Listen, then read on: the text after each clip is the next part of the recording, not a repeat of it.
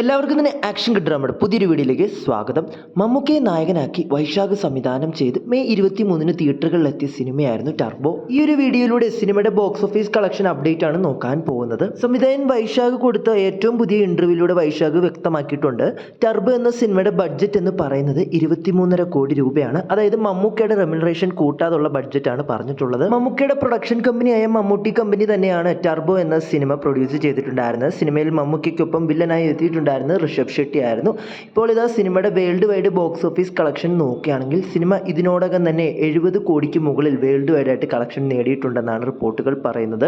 23.5 കോടി ബഡ്ജറ്റിൽ വന്ന സിനിമ 70 കോടി മുകളിൽ കളക്ഷൻ നേടിയിട്ടുണ്ടെങ്കിൽ ബോക്സ് ഓഫീസിൽ സിനിമ ഒരു വിജയം തന്നെ. വെറും ആവറേജ് റിപ്പോർട്ടുകൾ കൊണ്ട് മാത്രമാണ് മമ്മൂക്കയുടെ ടർബോ എന്ന സിനിമ 70 കോടിക്കടുത്ത് കളക്ഷൻ നേടാൻ സാധിച്ചിട്ടുള്ളത്. ഇനി സിനിമയുടെ OTT അപ്ഡേറ്റ് നോക്കുകയാണെങ്കിൽ നമ്മുടെ ചാനലിലൂടെ തന്നെ നിങ്ങളെ അറിയിച്ചതാണ്. സിനിമയുടെ OTT അവകാശം സ്വന്തമാക്കിയിട്ടുള്ളത് സോണി ലീവ് ആണ്. വരുന്ന ഓഗസ്റ്റ് മാസമായിരിക്കും സിനിമ OTT പ്ലാറ്റ്ഫോമിലൂടെ റിലീസ് ചെയ്യുക.